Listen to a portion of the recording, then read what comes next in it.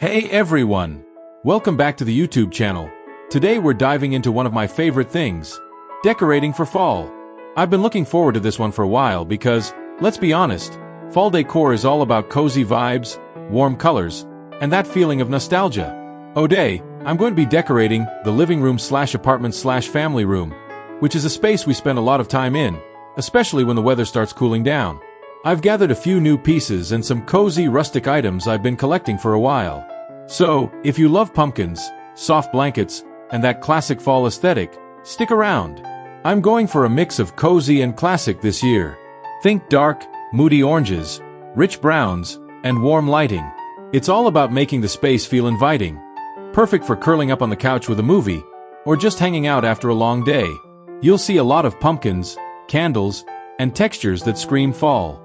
As I decorate, it really makes me think about how much these simple seasonal touches can transform a space. Fall decor is more than just decorations. It's about creating moments and memories that feel warm and comforting. I hope this video inspires you to add a little fall magic to your own home. Don't forget to like, comment, and subscribe if you enjoyed this. I'll be tackling more rooms in my next videos, including a cozy bedroom transformation, so stay tuned. Thanks so much for watching, and I'll see you next time.